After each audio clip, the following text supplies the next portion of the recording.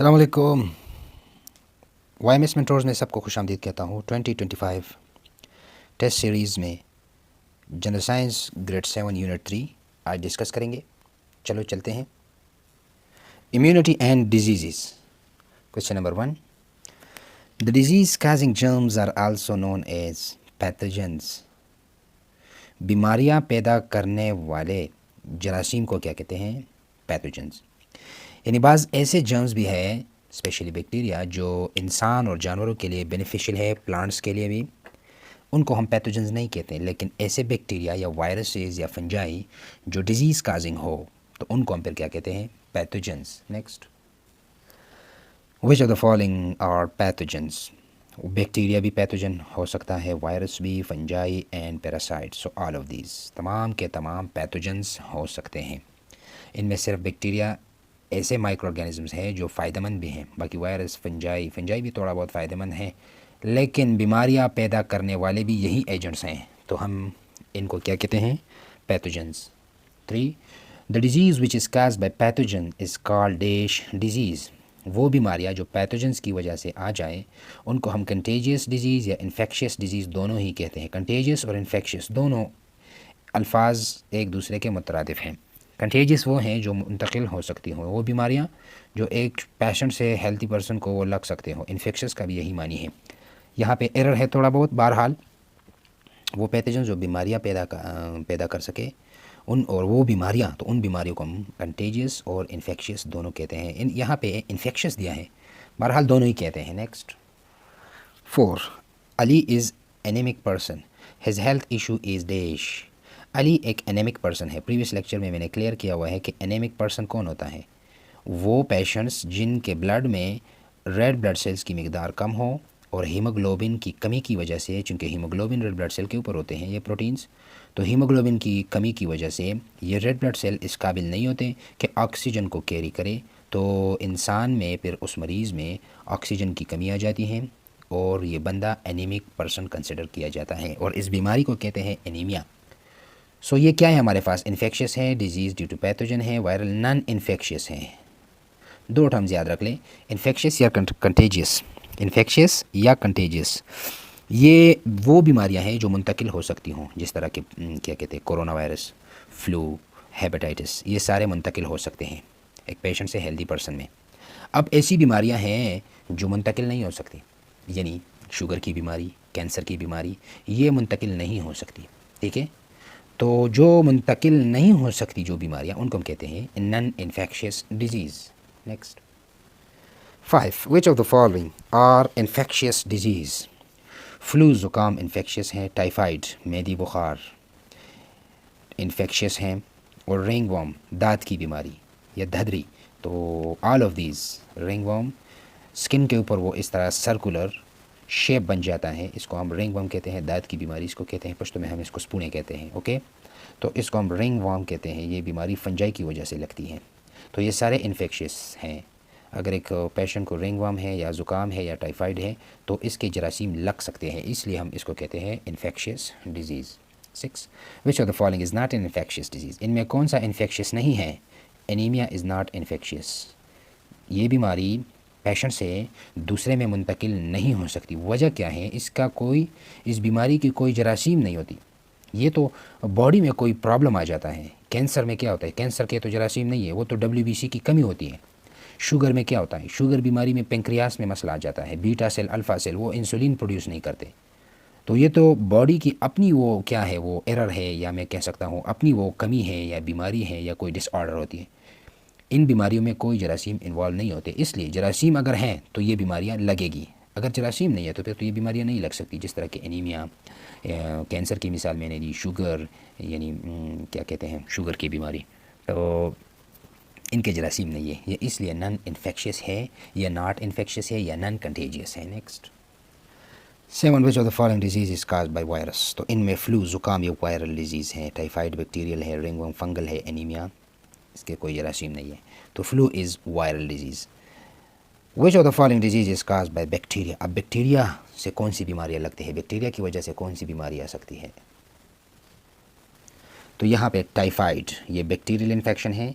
Typhoid के जरासीम वो intestine में मौजूद होते हैं, वहाँ पे ये प्रोडक्शन होती है इन जरासीम बैक्टीरिया के, बच्चे पैदा होते हैं और ये बैक्टीरिया कहाँ पे पाए जाते हैं, specially in small intestine. Next 9 which of the following disease is cause by fungi. अब फंजाई की वजह से कौन सी बीमारी आती है, रिंगवर्म दांत की बीमारी, दाल अलिफ दाल, पश्तो में क्या कहते हैं, स्पुने। तो ये फंजाई की वजह से है।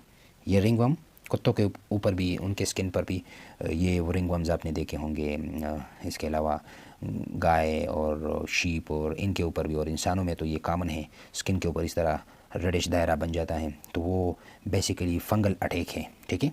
वो फंजाई जो माइक्रो ऑर्गेनिज्म है उसकी वजह से ये बीमारी है, ये कोई आम चीज़ नहीं है, ठीक है।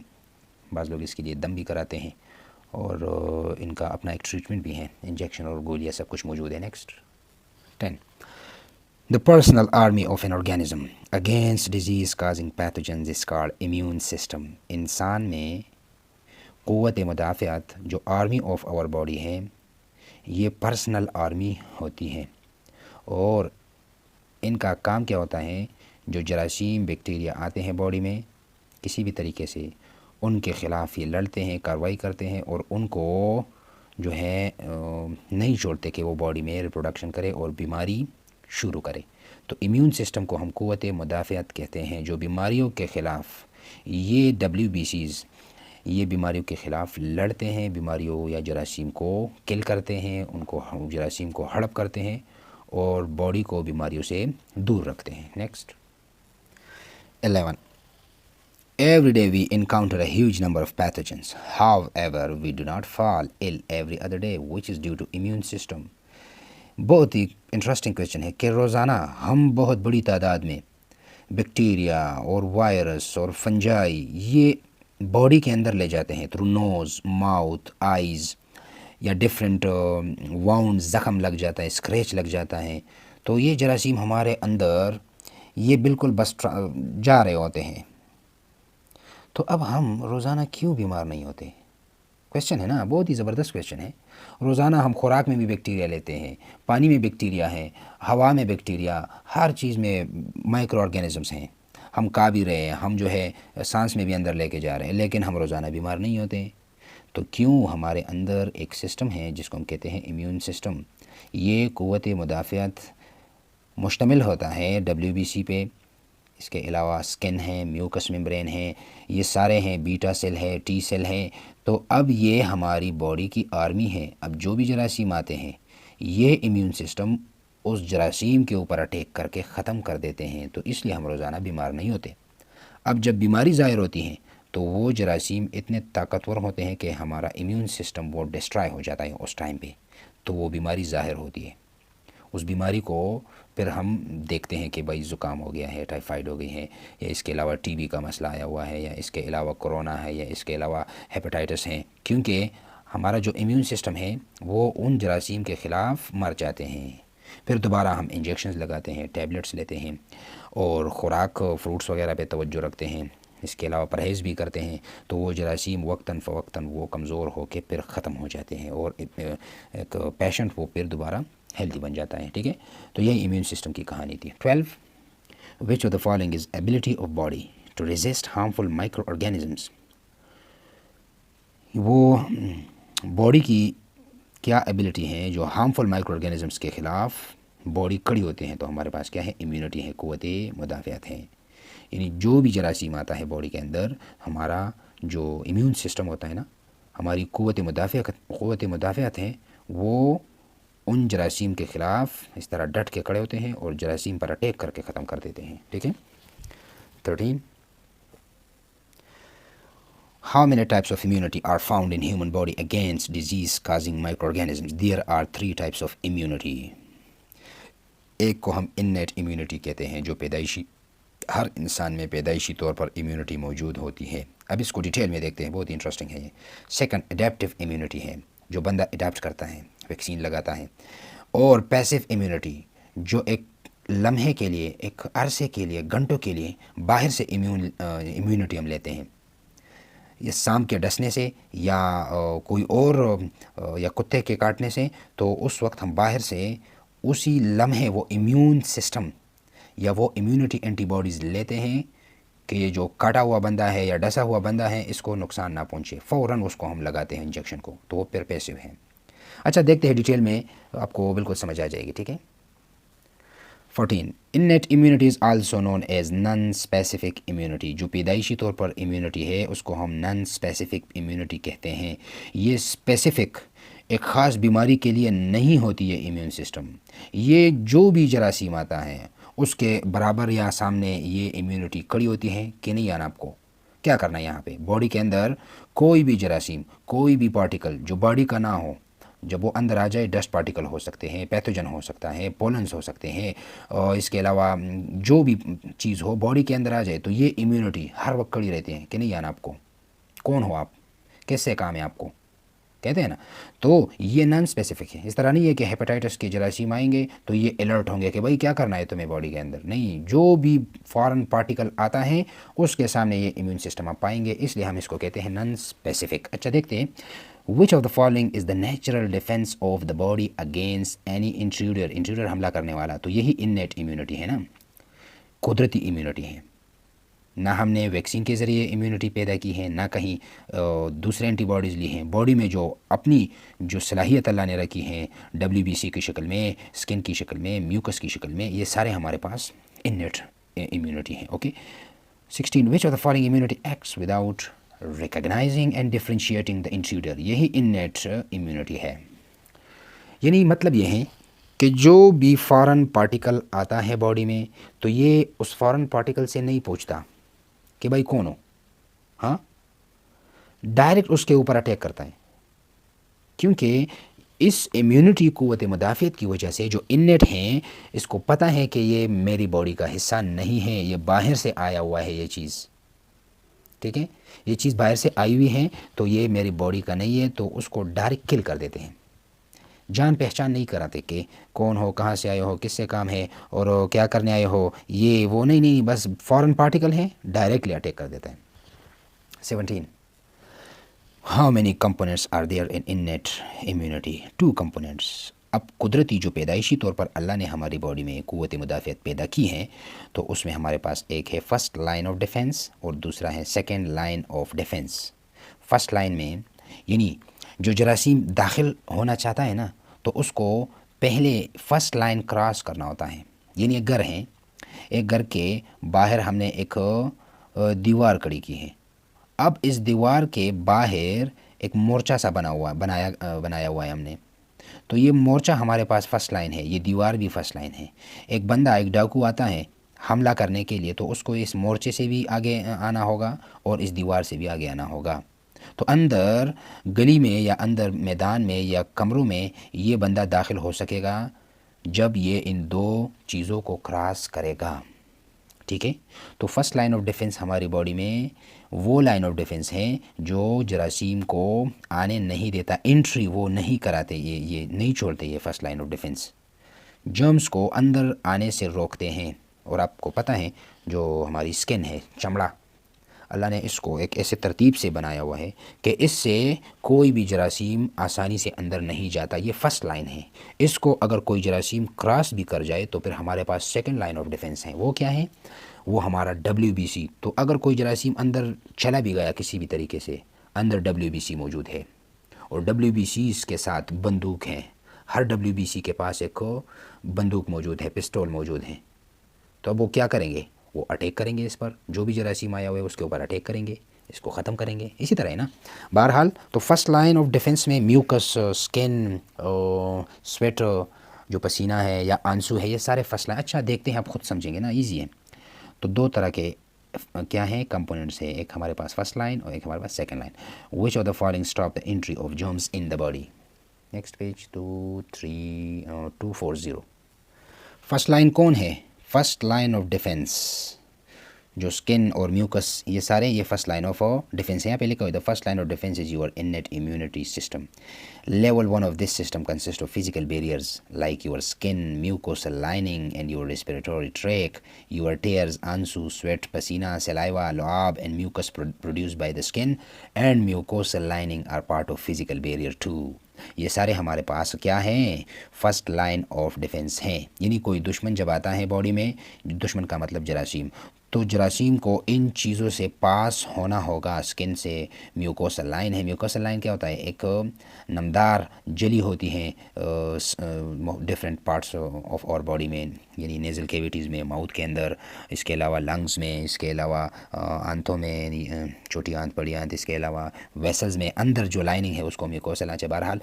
और इसके अलावा हमारे जो टेयर्स हैं, आंसू, ये भी आंसू जब बाहर निकलते हैं तो साथ में जर्म्स को भी बाहर निकालते हैं। इस तरह स्वेट है, पसीना, सलाइवा है।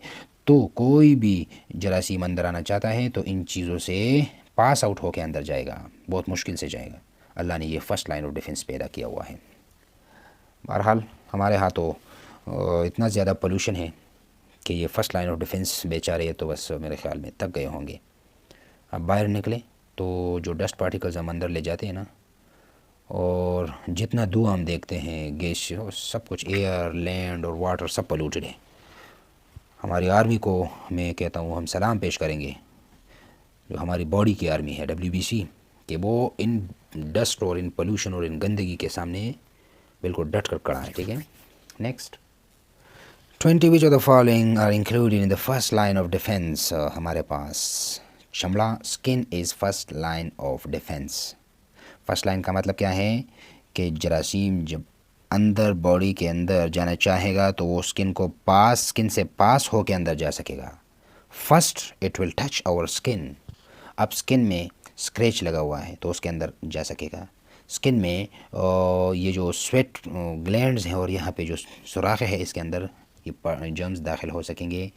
हमारी आंखों के ज़रिए इस रास्ते से दाखिल हो सकते हैं, नोज़ के रास्ते से, माउथ और एयर के रास्ते से, या और जितने पोर्स हैं उस रास्ते से जरासीम दाखिल होना चाहेंगे और दाखिल हो भी सकते हैं। Okay, 21 which of the following is not included in the first line of defence. तो हमारे पास WBC ये फर्स्ट लाइन ऑफ डिफेंस नहीं है। Skin, mucus membrane, sweat, saliva ये फर्स्ट लाइन है। इनसे अगर एक जरासीम पास भी हो गया तो वो आ जाएगा बॉडी के अंदर वो जरासीम। फिर हमारे पास हमारी जो क्या है, हमारा जो आर्मी होता है ना, वो एक्टिवेट होंगे और इन जरासीम के आगे आएंगे कि क्या करना है भाई, किस तरीके से अंदर दाखिल हुए। हाँ, और अब वो जांचेंगे और ये WBC अंदाज़ा लगाएंगे कि भाई इनका इरादा तो ठीक नहीं है, बस फ़ौरन उसके ऊपर अटैक करेंगे, उसको ख़त्म करेंगे। अब अगर कोई जरासीम बिल्कुल पहलवान है और या ताकतवर है तो वो क्या करेंगे, वो WBC के ऊपर अटैक करेंगे और वो बीमारी ज़ाहिर होना शुरू हो जाएगी। 22 विच of the following acts when the germs enter body and escape from first line of defence. क्या होगा जब जरासीम बॉडी के अंदर दाखिल होंगे and escape from first line of defence, और फर्स्ट लाइन ऑफ डिफेंस से वो भागेंगे तो सेकंड लाइन ऑफ डिफेंस की तरफ आएंगे। यानी किसी भी तरीके से वो फर्स्ट लाइन ऑफ डिफेंस से आगे आ जाए, स्किन को क्रॉस करके अंदर आ जाए और भागेंगे वो जरासीम, तो कहाँ पे आएंगे, सेकंड लाइन ऑफ डिफेंस के सामने वो ये जरासीम फिर ख़ुद को पाएंगे कि भाई अब ये क्या है, हम तो अंदर आ ही गए, अंदर तो दाखिल हो गए, अब ये जो सामने बंदूक वाले खड़े हैं WBC, अब ये क्या कर रहे हैं ना। तो सेकंड लाइन का सामना करना पड़ेगा जरासीम को। अब देखते क्या होता है। देखिए, which of the following are included in the second line of defence. Chemicals, fever और WBC, all of these are included in second line of defence. जो केमिकल्स है वो सेकंड लाइन ऑफ डिफेंस हैं, डिफरेंट पार्ट्स के different chemicals होते हैं। Fever, जो बुखार हैं, ये भी सेकंड लाइन ऑफ डिफेंस है। मैं समझाता हूँ फीवर के ऊपर आपको। और WBC वो तो ऑलरेडी ये खुलिए हैं, ये तो हैं आर्मी। अब ये फीवर क्यों, बुखार क्यों सेकंड लाइन ऑफ डिफेंस है, याद रख ले, जब जर्म्स वो अंदर दाखिल होते हैं ना तो उसके बाद ये बुखार चढ़ना शुरू होता है। हाँ, टेम्परेचर चढ़ना शुरू होता है। अब ये अजीब बात है, अल्लाह ने एक अजीब सिस्टम बनाया हुआ है। बैक्टीरिया और बाज़ वायरसेस या फंजाई वो ज़्यादा टेम्परेचर में मर जाते हैं।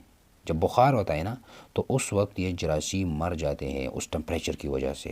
तो ये सेकंड लाइन ऑफ डिफेंस है। अब इस तरह भी नहीं है कि टेम्परेचर वो बस आगे वो ऊपर चल टेम्परेचर वो ज़्यादा हो रहा है 101, 102, 103, 104, 105, तो फिर टेम्परेचर को इतना ऊंचा नहीं छोड़ना, इतना आगे नहीं छोड़ना। यानी टेम्परेचर इतना ज़्यादा बढ़ जाए तो फिर नुकसान है, मौत वाक़या हो सकता है। तो फिर उसके लिए हमें ट्रीटमेंट करनी पड़ेगी। ठीक है, टेम्परेचर तो जरासीम को मार रहा है बॉडी में, जरासीम ज़्यादा टेम्परेचर की वजह से मर रहा है बॉडी में, लेकिन अगर ये टेम्परेचर हद से ज़्यादा हो जाए तो नुकसान हो जाता है। तो फीवर जो है ये भी सेकंड लाइन ऑफ डिफेंस है, ये भी जरासीम को ख़त्म करने का एक तरीका है। ठीक है। 24, विच of the following is not included in the second line of defence.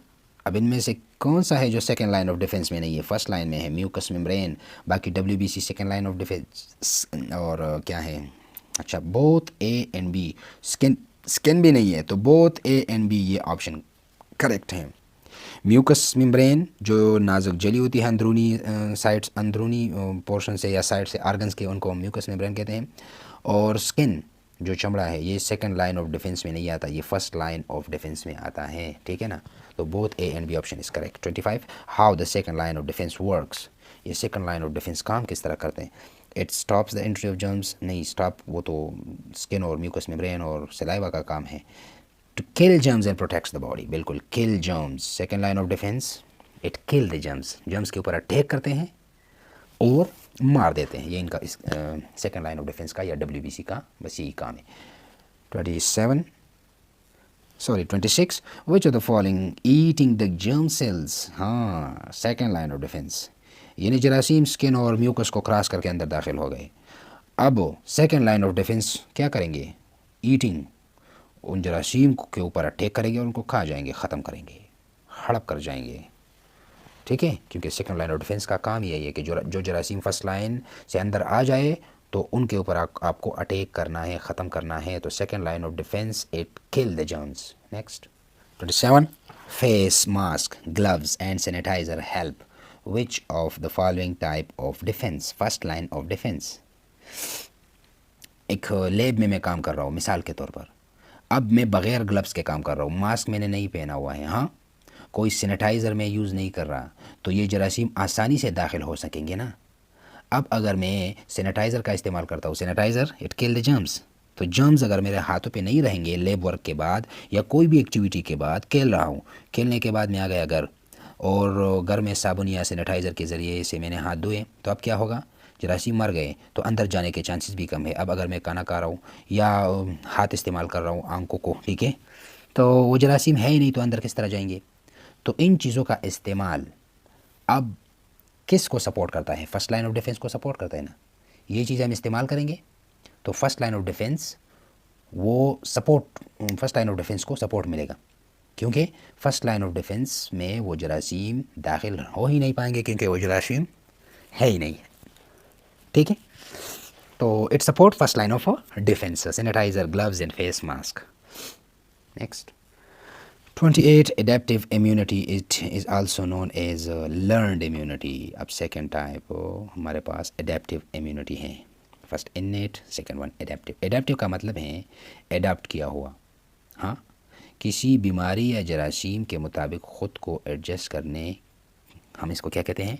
Adaptive, जो बाहर से हमने लिया हुआ हो इस तरह कहते हैं। ठीक है, innate ना हो, पैदाइशी तौर पर ना हो, आप वैक्सीन लगाएं या देखते हैं ना। विच of the following is the third line of defence. अब थर्ड लाइन ऑफ डिफेंस क्या है? तो इसको हम थर्ड लाइन ऑफ डिफेंस कह सकते हैं एडेप्टिव इम्यूनिटी को। ठीक है, so adaptive immunity is third line of defence. Which of the following line of defence identifies the germs and start making special type of WBCs। Very good, third line of defence. अब innate defence में तो जो जरासीम अंदर दाखिल होता है उसकी जान पहचान के बगैर उसके ऊपर अटैक हो जाती है और वो जरासीम मारे जाते हैं। अब क्या है थर्ड लाइन ऑफ डिफेंस में? क्या है? ये special type of WBC produce करते हैं, स्पेशल टाइप ऑफ WBC, यानी जो जरासीम अंदर दाखिल होता है ना, तो ये उन जरासीम के साथ बाकायदा सलाम कलाम करके उनसे जांच पड़ताल करके पूछते हैं कि भाई हो कौन, किससे काम है, हाँ तो अब उसके मुताबिक वो अटैक करते हैं। अगर वो कहता है कि भाई मैं तो मेहमान हूँ और थोड़ा सा खाना दीजिए, तो ये कहते हैं भाई बैठ जाओ, कोई बात नहीं, आपको हम कुछ नहीं कहते।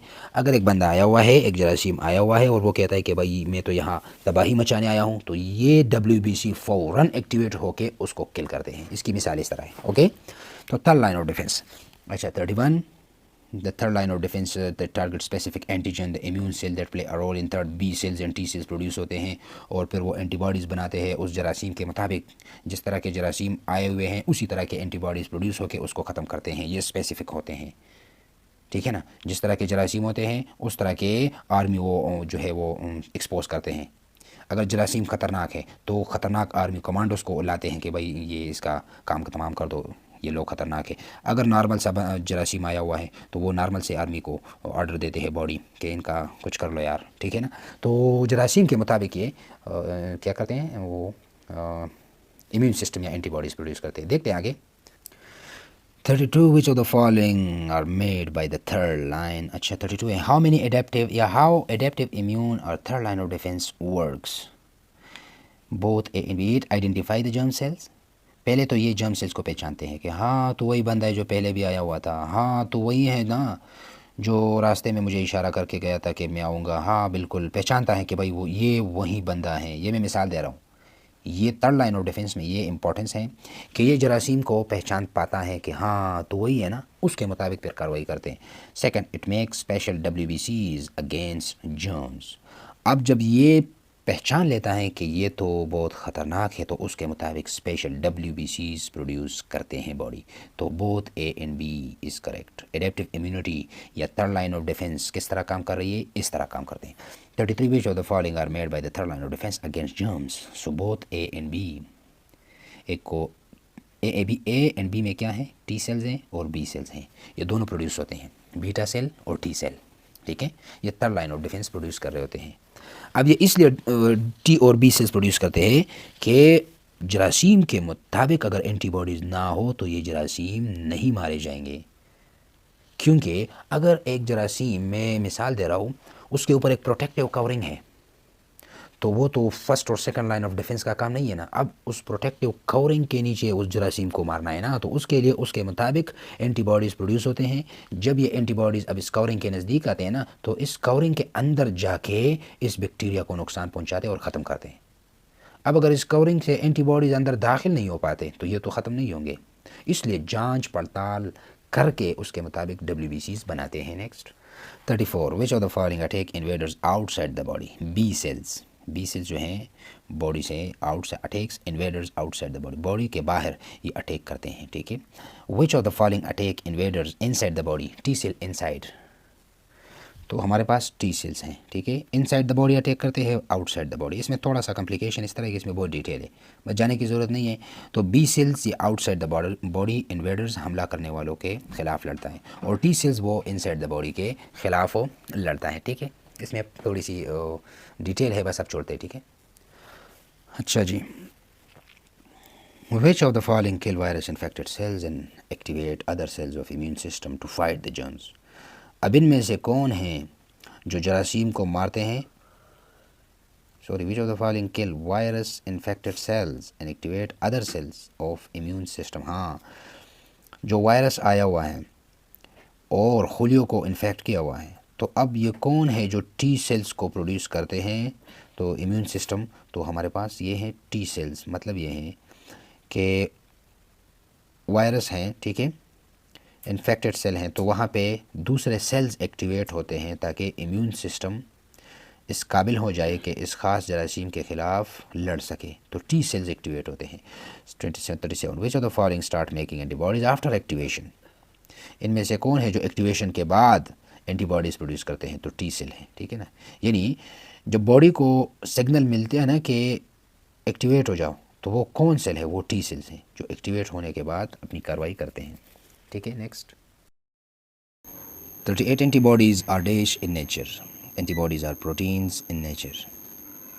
एंटीबॉडीज़ क्या हैं, जरासीम को मारने के लिए जो special type of proteins produce होते हैं बॉडी में, उनको हम कहते हैं एंटीबॉडीज़, और ये बुनियादी तौर पर प्रोटीन से बने हुए होते हैं, okay. Next 39 which of the following function is performed by N antibody. Antibody क्या काम करती है, it recognises the germ, it kills the germs, it stops the entry of germs, both A and B। So correct option is D, क्योंकि जब कोई foreign particle अंदर दाखिल होता है बॉडी में तो ये एंटीबॉडी फर्स्ट ऑफ ऑल उसकी पहचान कराता है कि ये कौन है, रिकॉग्नाइज द जर्म।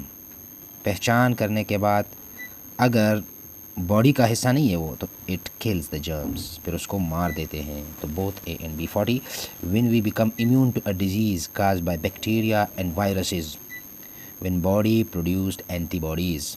हम कब बैक्टीरिया और वायरसेस के ख़िलाफ़ इम्यूनिटी या इम्यून होंगे? हमारी बॉडी में वायरसेस और बैक्टीरिया के ख़िलाफ़ ये ताकत कब होगी? जब हमारी बॉडी में एंटीबॉडीज़ प्रोड्यूस होंगी, उस वक्त हम जर्म से लड़ पाएंगे। यानी एक जरासीम आता है बॉडी के अंदर, हमारी बॉडी क्या करती है, उसको जांच पड़ताल के बाद अंदाज़ा लगाती है कि अब क्या करना है। तो उस जरासीम के मुताबिक प्रोटीन्स प्रोड्यूस होते हैं जो एंटीबॉडीज़ कहलाते हैं। अब ये प्रोटीन्स क्या करते हैं, अब ये उन जरासीम के ख़िलाफ़ लड़ते हैं, उनको ख़त्म करते हैं, मार देते हैं। तो जब एंटीबॉडीज़ नहीं होंगे तो हम वायरसेस और बैक्टीरिया के ख़िलाफ़ डट नहीं सकेंगे, हम वायरस और बैक्टीरिया हमें शिकस्त देंगे। Okay. 41 The way the body defends itself against harmful or foreign substances is called immune response। जिस तरीके से इम्यून सिस्टम जर्म्स के ख़िलाफ़ कार्रवाई करता है, उस रिस्पांस को क्या कहते हैं? Immune response. बॉडी को जिस तरीके से जर्म्स को मारना होता है, तो उसी के मुताबिक रिस्पांस देने को हम कहते हैं इम्यून रिस्पांस। यानी इम्यून का जो रिस्पांस होता है बैक्टीरिया वायरस के ख़िलाफ़, ये ही इम्यून रिस्पांस है, चाहे अब वो जिस तरीके से मार सके जर्म्स को। Next page. 42 How many ways your body starts formation of antibodies? कितने तरीक़ों पे एंटीबॉडीज़ प्रोड्यूस होती हैं बॉडी में? व्हेन यू गेट डिजीज़, जब आप में बीमारी आ जाती है, आपको बीमारी लगती है। And when you get vaccinated या वैक्सीनेशन, जब आप वैक्सीन लगाते हैं तो आपके बॉडी के अंदर एंटीबॉडीज़ प्रोड्यूस होते हैं। ठीक है। अब जब कोई बीमारी आती है तो उस बीमारी के ख़िलाफ़ एंटीबॉडीज़ प्रोड्यूस होते हैं। कोई बीमारी आई भी नहीं है तो क्या है, उस बीमारी के ख़िलाफ़ एंटीबॉडीज़ प्रोड्यूस नहीं हुए होंगे। मिसाल के तौर पर हेपेटाइटिस वायरस किसी भी तरीके से बॉडी के अंदर दाखिल हो गया, अब बॉडी उसको रिकॉग्नाइज़ करेगा और उसके बाद उसके मुताबिक एंटीबॉडीज़ प्रोड्यूस करेंगे। अब दूसरी मरतबा वही वायरस दोबारा आ रहा है तो हमारी बॉडी में उसके ख़िलाफ़ एंटीबॉडीज़ ऑलरेडी मौजूद हैं, तो डायरेक्ट उसके ऊपर अटैक करेंगे और ख़त्म करेंगे। जब पहली मरतबा कोई बीमारी आती है ना, कोई जर्म्स आते हैं, तो उसके ख़िलाफ़ बॉडी क्या करता है, ये बॉडी जरा एंटीबॉडीज़ प्रोड्यूस करते हैं। ओके। और वैक्सीन जब हम लगाते हैं, vaccine is also the production of antibodies. जब वैक्सीन हम लगाते हैं तो इसका मतलब है हम अपनी बॉडी में वैक्सीन के ज़रिए एंटीबॉडीज़ एंटर कराते हैं, और ये भी एक तरीका है। सो दो तरीक़ों से एंटीबॉडीज़ प्रोड्यूस हो सकते हैं। ठीक है। 44 which of the following is required by your body to start formation of antibodies? हमारी बॉडी को क्या चाहिए कि एंटीबॉडीज़ फॉर्मेशन शुरू करे? एक्सपोजर टू पैथोजन, जरासीम के ख़िलाफ़ या जरासीम के सामने जब हमारी बॉडी एक्सपोज हो जाए, यानी जरासीम दाखिल हो जाए बॉडी के अंदर, तो उस वक्त एंटीबॉडीज़ प्रोड्यूस होंगी। Okay. 45 Which of the following work by training the immune system to recognize and fight pathogens? Immune system को किस वजह से ट्रेन किया जाता है कि पैथोजेंस के ख़िलाफ़ लड़ सके? Through vaccination. ये सारी डिटेल यहाँ पे लिखी हुई है, ये ख़ुद देख ले। वैक्सीन जब हम लगाते हैं तो हमारी बॉडी में जो इम्यून सिस्टम है उसको ट्रेन किया जाता है कि भाई आपका ये काम है, आपको ये करना है। जब भी इस तरह के लोग आए बॉडी में, इस तरह के लोग आए घर में, तो उनके ख़िलाफ़ आपने कार्रवाई करनी है। ठीक है ना। तो ये वैक्सीन हमारी बॉडी में मौजूद होते हैं। हाँ, जब भी वो ख़ास किस्म के जरासीम आ जाएँ, मिसाल के तौर पर ये वैक्सीन हेपेटाइटिस के लिए है, पोलियो के लिए है, कोरोना के लिए है, तो जब भी ये वायरस आएंगे हमने बॉडी में एंटीबॉडीज़ प्रोड्यूस किए हुए हैं, तो उसके ऊपर अटैक करेंगे और उन जरासीम को ख़त्म करेंगे। Next 46 which of the following vaccine is oral vaccine? Polio vaccine orally, जो वैक्सीन हम बच्चों को देते हैं तो ओरली का मतलब है मुंह के ज़रिए, ओरल कैविटी के ज़रिए, तो वो हमारे पास पोलियो वैक्सीन है। बाकी वैक्सीन वो इंजेक्शन के ज़रिए से लगाए जाते हैं। 47 which of the following vaccine are injection form of vaccine? अब इनमें कौन से इंजेक्शन वैक्सीन है? तो both B and C, corona virus के वैक्सीन वो इंजेक्शन में है, और मीज़ल्स ये वैक्सीन दोनों ओरली नहीं दिए जाते, ये वैक्सीन इंजेक्शन के ज़रिए लगाई जाती है। Next 48 which of the following form memory T और बी सेल्स? ये यादाश्त रखते हैं। किस तरह? एक जरासीम बॉडी में दाखिल हुआ, अब जरासीम कोई भी जम हो सकता है, तो हमारी बॉडी को ये पता चलता है कि ये जरासीम पहले भी आया हुआ था। तो बॉडी की मेमोरी में यह बात होगी, और कौन है बॉडी का? टी सेल्स हैं और बी सेल्स हैं। ये यादाश्त रखता है कि भाई ये जरासीम आया हुआ था। जिस तरह एक बंदा मेहमान आ जाता है ना, तो बच्चे कहते हैं ना कि ये तो पहले भी आया हुआ था, ये शख्स 4 महीने पहले, 1 साल पहले, ये वही बंदा है ना। हाँ बिल्कुल। तो हमारी बॉडी में ये टी और बी सेल्स यादाश्त का काम करते हैं। ये यादाश्त रखते हैं कि भाई ये जरासीम आया हुआ था, इसके साथ इस तरह की ट्रीटमेंट होनी चाहिए, इस तरह के इन जरासीम के साथ इस तरह की ट्रीट होनी चाहिए, इस तरह आप कह सकते हैं। मेहमान के मुताबिक ट्रीट होती है ना। बहरहाल आप खुद होशियार लोग हैं। तो टी और बी सेल्स ये बॉडी में यादाश्त का काम करती हैं। Next 49, which of the following trigger mean start an immune system of body? Vaccine he immune system को धक्का देती हैं या स्टार्ट कर लेती हैं कि आपको अलर्ट होना है। तो वैक्सीन का काम यह है कि इम्यून सिस्टम को क्या करे, ताकतवर बनाए। Next 50, sometimes already prepared antibodies are used to protect you against a pathogen or toxin that harms your body very quickly. Which type of immune is this passive immunity? बाज़ औक़ात इस तरह होता है कि कोई सांप डसता है या और कोई कुत्ता काटता है इंसान को, तो उस वक्त इम्यूनिटी की ज़रूरत होती है। अब अगर ये इम्यूनिटी बॉडी एंटीबॉडीज़ बना लेते हैं, हमारी बॉडी एंटीबॉडीज़ बना लेते हैं, तो शायद उस वक्त तक हम मर भी गए होंगे। ठीक है, क्योंकि सांप या बिच्छू उसमें जो जहर होता है वो बहुत स्ट्रॉन्ग जहर होता है, तो हम मर सकते हैं। तो उसी वक्त फ़ौरन चंद ही मिनटों में या 1 घंटे आधे के दरमियान हम क्या करते हैं, प्रिपेयर्ड एंटीबॉडीज़ हम इंजेक्ट कराते हैं कि फ़ौरन ये काम शुरू हो जाए और वो जो जहर है उसका असर ख़त्म कर सके। तो अब इसको हम कहते हैं पैसिव इम्यूनिटी। ठीक है। 51, when a snake bites, देखिए ये बात अब आ रही है, when a snake bites a person, already prepared antibodies against snake venom are injected. Which type of this immunity is passive immunity? जहर के खिलाफ जो एंटीबॉडीज़ प्रिपेयर्ड हो चुकी है ना, तो जहर के खिलाफ वही एंटीबॉडीज़ काम करेगी। जिस तरह हम इंसुलिन लगाते हैं तो इंसुलिन शुगर लेवल को बराबर रखता है ना, तो यही इंसुलिन की तरह हमारे पास ये एंटीबॉडीज़ पड़े रहते हैं। जब इस तरह का सिचुएशन आता है तो फिर हम ये एंटीबॉडीज़ इंजेक्ट करते हैं। 52, विच of the following is short lived immunity? Passive immunity ये शॉर्ट लिव्ड होते हैं। जब वो जहर का असर ख़त्म हो जाता है तो 1 दिन 2 में या घंटों में फिर उसका असर ख़त्म होता है। अब अगर दोबारा कोई सांप इसी बंदे को काटे तो फिर आपको यही काम करना पड़ेगा, क्योंकि ये पैसिव इम्यूनिटी है, ये शॉर्ट लिव्ड है, ये दायमी नहीं होते कि हर वक्त फिर सांप काटेगा और आपकी बॉडी में एंटीबॉडीज़ प्रोड्यूस हुए होंगे। ये आपने बाहर से लिए हैं। ठीक है, बाहर से लिए हैं। अब बाहर से ये एंटीबॉडीज़ लिए हुए हैं और ये वो विनोम और जहर के ख़िलाफ़ अपना काम करके ख़त्म हो जाएंगे। Okay. 53, which of the following immunity you get from your mother before birth? So passive immunity, पैदाइश से पहले पैसिव इम्यूनिटी ये बच्चे में माँ से इम्यूनिटी, ये क़ुव्वत मुदाफ़ियत आ जाती है। 54, before a child antibodies are pass through days from mother to fetus through placenta.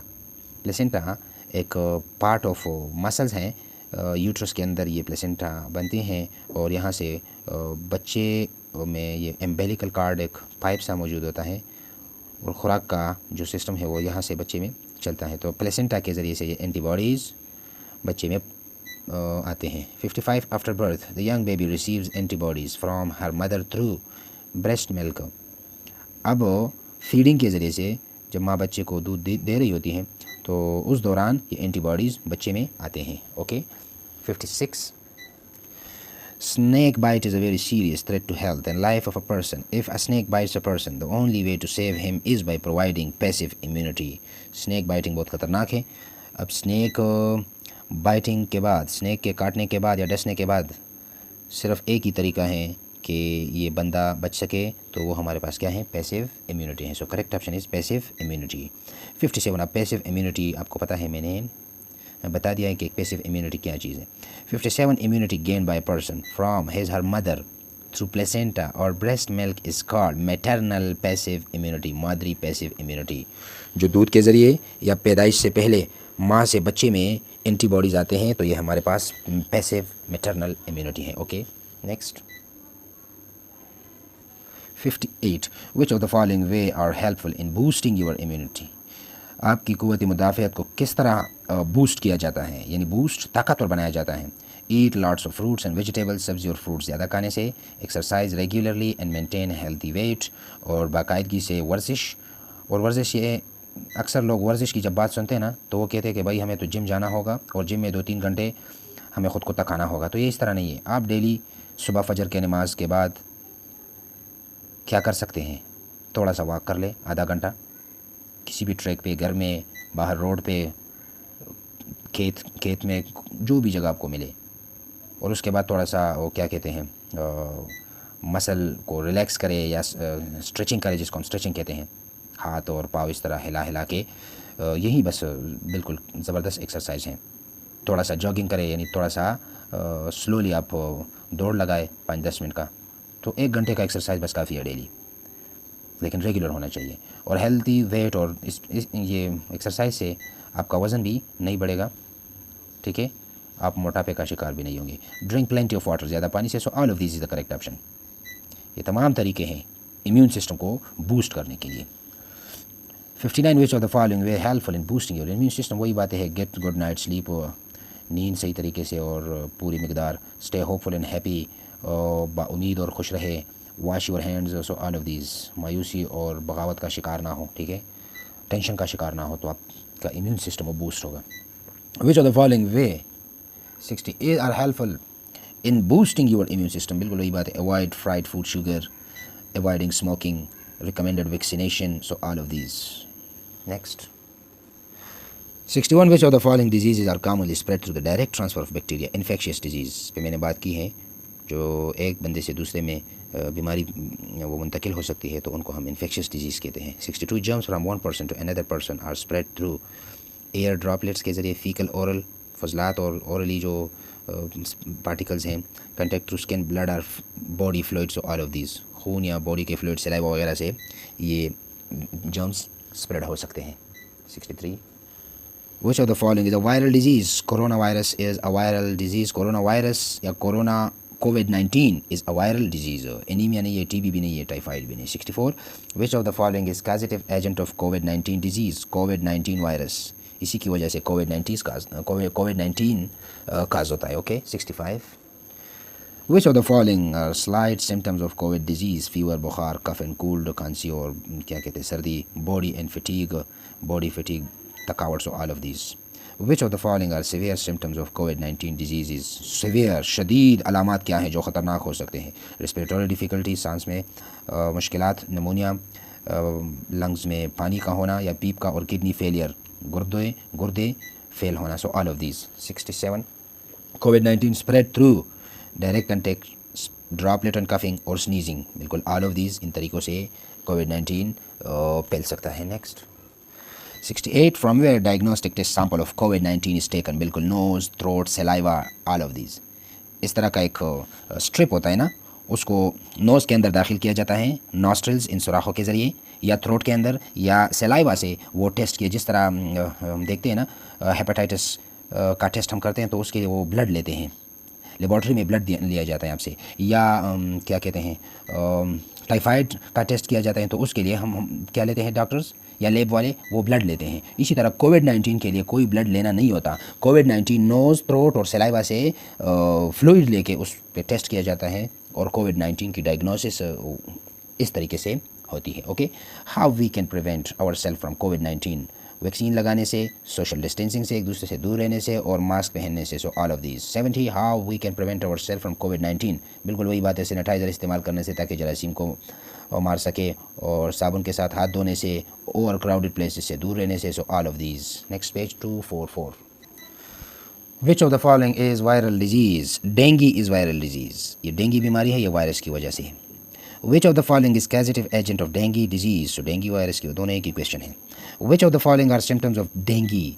High grade fever, बुखार 104 डिग्री सेंटीग्रेड, सीवियर हेडेक, शदीद सर दर्द, पेन बिहाइंड आइज़, आंखों के पीछे यानी आंखों के अंदरूनी हिस्सों में दर्द। So all of these. 74 which of the following are symptoms of dengue? Vomiting, उल्टियाँ, नाजिया, दिल का ख़राब होना, skin rashes, body pain, body दर्द। So all of these. COVID-19 spread through all direct contact ये क्वेश्चन पहले हमने किया है, बस छोड़िए इसको। 76 from where diagnostic test sample for dengue is taken from blood. Dengue की डायग्नोसिस के लिए, तशखीस के लिए क्या लिया जाता है? खून लिया जाता है। ये सलाइवा, थ्रोट और नोज से इसकी डायग्नोसिस नहीं हो सकती, तो खून से ये डायग्नोसिस डेंगी का हो सकता है। How we can prevent ourselves from dengue. Dengue से हम खुद को किस तरह बचा सकते हैं? यूज़ ऑफ मॉस्कीटो रिपेलेंट, इन मॉस्पिल वगैरह लगा के, वेयर फुली कवर्ड क्लॉथ्स, सोते वक्त क्लॉथ्स को बगैर क्लॉथ्स के ना सोए। ड्रेन ऑल स्टैंडिंग वाटर, जो पानी खड़ा है तालाब में या घरों में, बर्तनों में, उसको ख़त्म करें। So all of these. 78 how we can prevent our self from dengue, बिल्कुल वही बातें हैं कि सैनिटाइज़र और वॉशिंग ऑफ, अच्छा dengue sorry avoid none of these.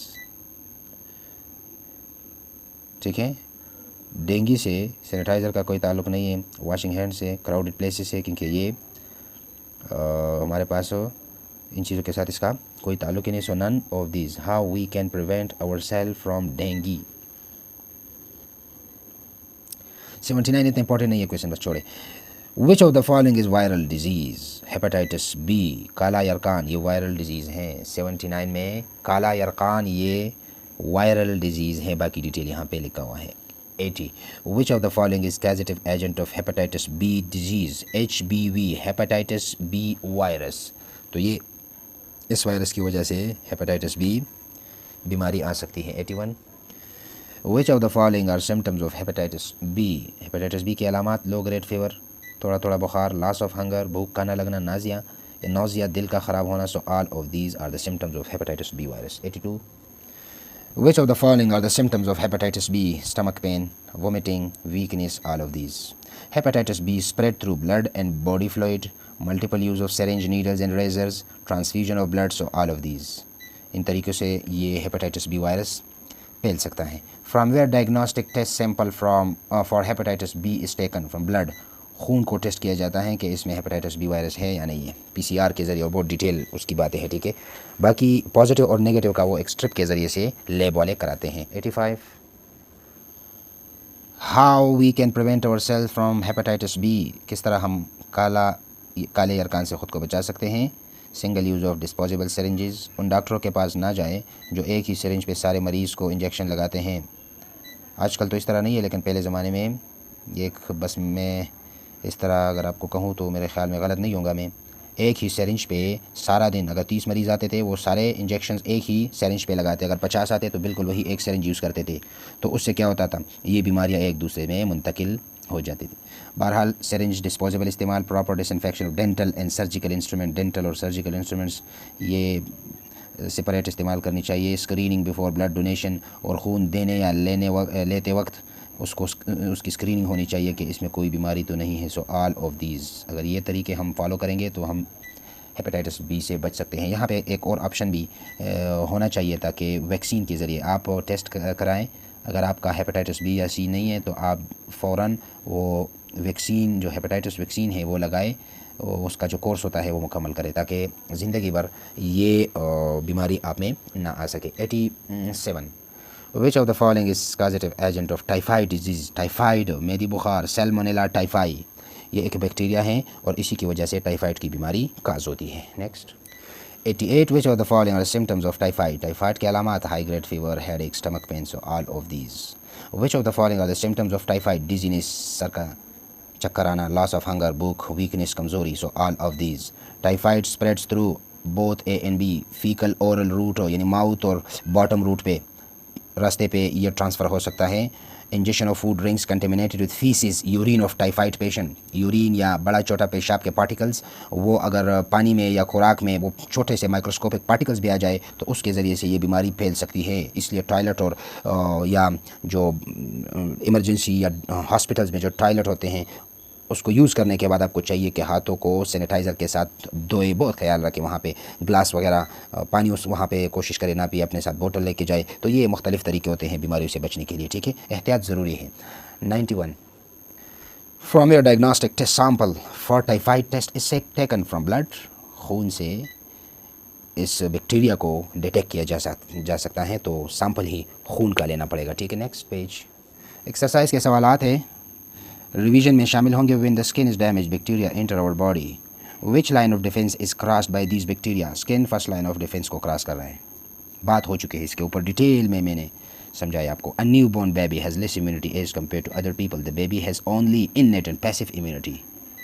Passive और इननेट इम्यूनिटी होती हैं, एक्वायर्ड और ये इम्यूनिटीज़ नहीं होती। 95 The army of your body has special bullets which can identify the enemy and kill it. These bullets are small proteins called antibodies. जो हमारी army है बॉडी में, हमारी बॉडी में जो आर्मी है ना, उनके पास एक ख़ास किस्म के बुलेट्स होते हैं, गोलियां होती हैं, बुलेट्स। तो जब भी कोई दुश्मन को बॉडी में देखते हैं ना, तो क्या करते हैं, उनको किल करते हैं। और उन बुलेट्स को हम क्या कहते हैं, antibodies. Okay. 96 the third line of defence learns about the enemy and adapts accordingly. It is called adaptive या learned immunity. Third line of defence में आता है कि ये जरासीम को मेमोरी में स्टोर करते हैं कि हाँ ये जरासीम पहले कभी आया था, तो उसके ख़िलाफ़ कार्रवाई करके ख़त्म कर देते हैं, किल कर देते हैं जर्म्स को। और ये काम थर्ड लाइन ऑफ डिफेंस का है कि इनकी यादाश्त बहुत तेज़ है, बस ये मेमोरी अपने पास स्टोर कर लेते हैं कि ये बंदा, ये जरासीम, ये वायरस, ये बैक्टीरिया पहले आया हुआ था। फिर वो बिल्कुल गलती नहीं करते, बस उसको ख़त्म करते हैं। 97 Benish is allergic to dust and pollen. Her health issue is non infectious. Infectious नहीं है कि वो खुद एलर्जिक है, जर्म्स की बातें ही नहीं यहाँ पे कि वो ट्रांसफ़र हो जाए। Rabies is a very serious threat to health and life of a person. If a rabies infected dog bites a person, the only way to save him is by providing passive immunity. वही सांप की बात है, सांप के डसने से और कुत्ते के काटने से क्या होता है, पैसिव इम्यूनिटी को लाना पड़ता है, इंजेक्ट करना पड़ता है। 99 maximum number of additional defence layers is required for medical staff. Line of defence additional डॉक्टरों और लेब और ऑपरेशन थिएटर में या फिजिशंस को या सर्जन को चाहिए कि ग्लव्स पहनने चाहिए, मास्क पहनना चाहिए, जो कवरिंग क्लॉथ्स होते हैं वो पहनना चाहिए ताकि उनको बीमारी ना लग सके, क्योंकि डेली वो हर मरीज़ के सामने होता है और वो डायग्नोसिस और सर्जरी में मसरूफ़ रहते हैं। तो रोज़ाना कई बीमार आएंगे, उनमें जरासीम किसी भी तरह के जर्म्स उनमें हो सकते हैं। तो मेडिकल स्टाफ को चाहिए कि वो ज़्यादा एहतियात करे ताकि वो उनकी ज़िंदगी कीमती भी हैं और वो ज़िंदगी बीमारियों से बच सके, क्योंकि वो बिल्कुल सामने है ये मेडिकल स्टाफ। यानी ये मेडिकल स्टाफ इनको थ्रेट हैं आसानी से और किसी भी वक्त जर्म्स उनमें दाखिल हो सकते हैं, क्योंकि ये इनका काम ही जरासीम और वायरस और बैक्टीरिया और माइक्रो ऑर्गेनिजम्स के साथ ही इनका रिश्ता बहुत ज़्यादा है, गहरा है। ठीक है। 100 typhoid and polio spread by faecal oral route. Faecal oral mouth और नीचे बॉटम के ज़रिए, ओरल माउथ और faecal bottom area, okay, bottom of our body, through which waste products are removed, that is fecal route rasta. If we want to prevent such diseases in our area, we should improve sanitation, निकासी जो gutter और इनका पानी है, and hygiene condition और सेहत और सफाई, साबुन का इस्तेमाल, सैनिटाइज़र का इस्तेमाल, आलूदगी से बचना, कड़ा पानी और गटर का पानी, ये सारा कुछ अवॉइड करने से ये सब कुछ पॉसिबल होगा। Next 101 respiratory system related disease most spread to droplets in air. हवा में जो ड्रॉपलेट्स होते हैं, सांस की बीमारियां इसी से फैलते हैं। 102 which of these can provide you with long term immunity against infectious disease. Vaccine, long term बीमारियों से आप बच सकते हैं अगर आपने वैक्सीन लगाए हुए हैं। Thank you very much. यहाँ तक नेक्स्ट लेक्चर में आपके सामने होंगे, आपके पास ही रहेंगे, हमारे साथ रहिएगा, दुआ में खुसूसी हमें याद रखिएगा। अल्लाह हाफिज़।